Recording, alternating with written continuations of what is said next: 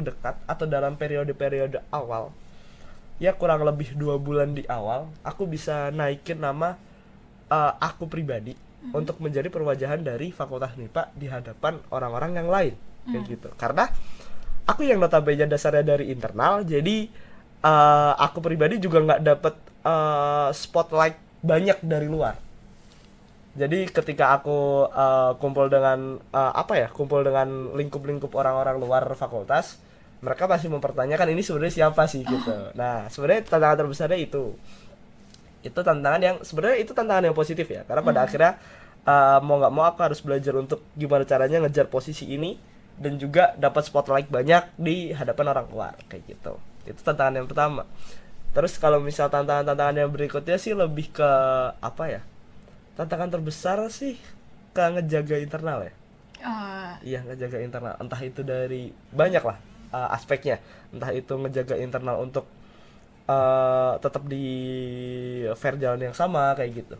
Karena ya apa ya, aku akuin sejauh ini memang teman-teman BEM dan lain sebagainya, terus juga wapres aku tuh mereka memang mereka memang untuk kasus sekarang ini, untuk BEM kali ini memang untuk internalnya memang jujur terjaga dengan baik.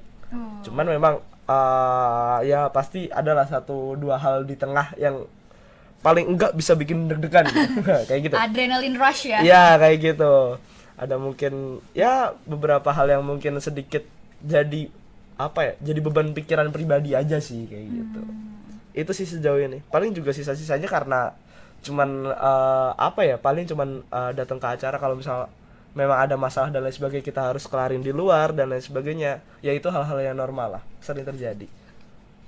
Tadi kan kakak menyebutkan nih, kadang suka ada tiba-tiba 1-2 hal di tengah-tengah di internal dari BEM sendiri. Itu gimana cara kakak sebagai seorang presiden BEM, seorang kepala yang biasanya dituntut untuk netral, tidak memihak ke salah satu pihak. Iya, betul. Ya, itu gimana cara kakak supaya membenarkan si konflik ini tanpa membuat merasa salah satu dari pihaknya itu kecewa gitu, Kak? Oke.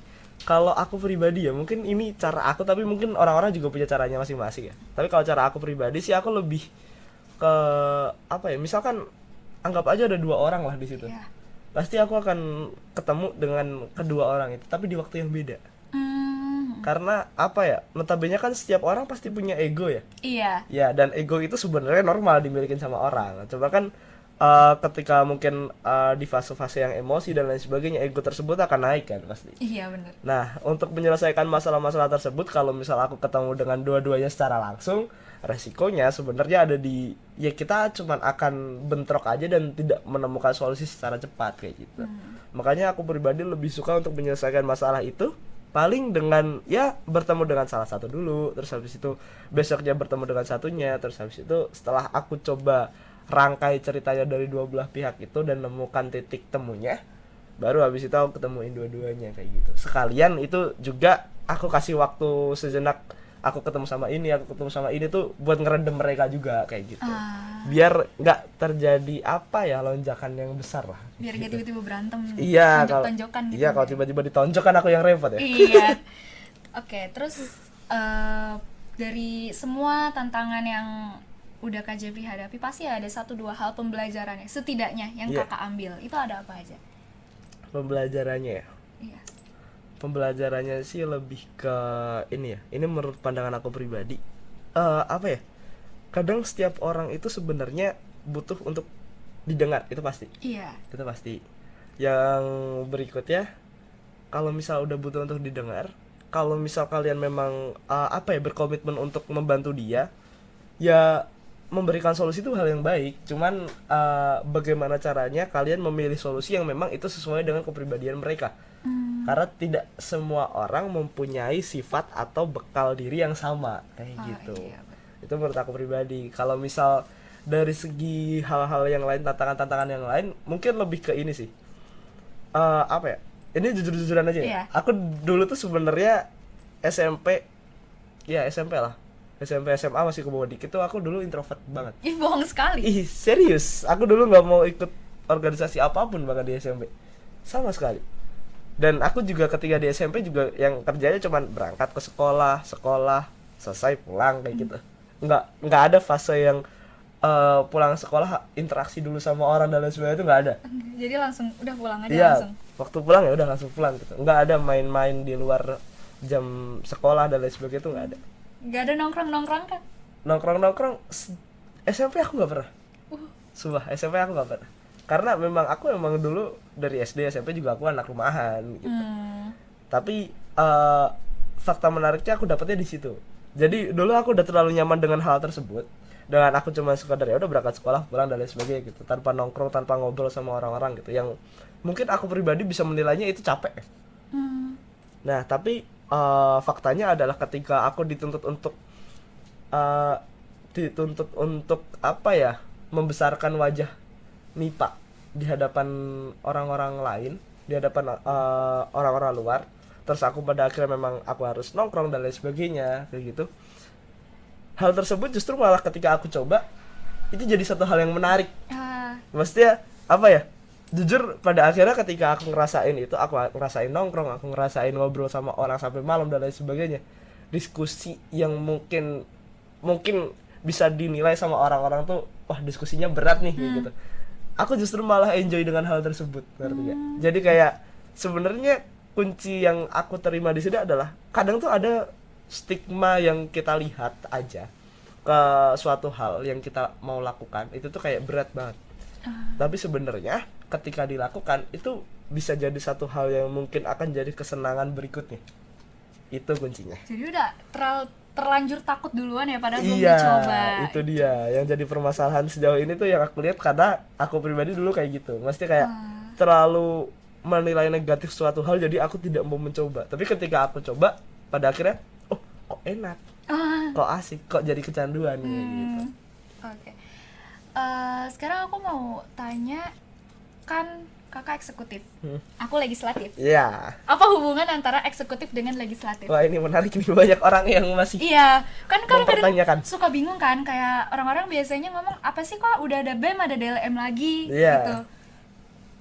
Oke, ini hal yang asik sebenarnya. Aku juga pengen menjelaskan ini sebenarnya. Apa ya? Ini mungkin aku disclaimer dulu ya. Ada mungkin orang-orang juga udah pada tahu lah ya terkait sama DLM tuh, suka nggak suka DLM tuh selalu lebih tinggi daripada BEM. Kenapa tuh? Kenapa lebih tinggi? Nah, konteks posisinya ini ada karena hal yang ada di dalamnya. Jadi DLM kan Dewan Legislatif Mahasiswa. Mereka memang fokusnya adalah untuk bikin legislatifnya, untuk bikin peraturannya, untuk bikin undang-undangnya dan lain sebagainya. Segala peraturan yang ada di KMIPA ini memang dari DLM yang ngebentuk gitu. Nah, ketika DLM udah ngebentuk peraturannya, fungsi eksekutif ini di mana sih? Fungsi eksekutif ini untuk menjalankan semua peraturan, semua undang-undang dan lain sebagainya yang udah dibuat sama DLM. Jadi ketika udah dilaksanain sama BEM akan melaksanakan ya, kita pasti berusaha untuk semaksimal mungkin kan. Cuman kan tidak menutup kemungkinan semua hal yang kita maksimal untuk kita lakuin pun pasti nanti di tengah-tengahnya juga ada kesalahan atau apapun itulah. Iya. Pasti nggak menutup itu kan. Pasti ada. Nah, dari DLM fungsinya adalah untuk mengawasi itu dan juga untuk menjadi evaluator dari apa yang sudah dijalankan dari BEM kayak gitu. Jadi sebenarnya fungsinya ini aku bisa bilang ini sangat kompleks ya, karena pada akhirnya kalau misal ada BEM dan gak ada DLM, ya kekuasaannya akan mutlak ada di BEM gitu. Jadi DLM adalah sebagai netralitas dari BEM. Biar BEM-nya ini pada akhirnya tidak berkuasa terlalu kuat, makanya perlu ada DLM sebagai penetralnya kayak gitu. Oke. Kan tadi kakak bilang ada BEM tapi nggak ada DLM. Gimana kita balik? Ada DLM tapi nggak ada BEM. Waduh. Sebenarnya kalau misal nggak ada ada DLM tapi nggak ada BEM juga itu sebenarnya suatu hal yang jadi jadi permasalahan berikutnya juga sih. Karena pada akhirnya ketika DLM berjalan untuk dia membentuk peraturan, membentuk perundang-undangan dan lain sebagainya, sisi mana yang akan melaksanakan itu? Karena eksekutifnya nggak ada. Sedangkan eksekutif itu memang fungsi dari eksekutif adalah untuk menjalankan dari peraturan gitu, menjalankan dari undang-undang yang sudah dibuat. Jadi sebenarnya dua komponen ini sebaiknya itu memang harus sama-sama ada. Karena kalau misal ada BEM aja tuh nanti jadi kekuasaannya terlalu mutlak. Kalau misal adanya DLM aja nanti jadi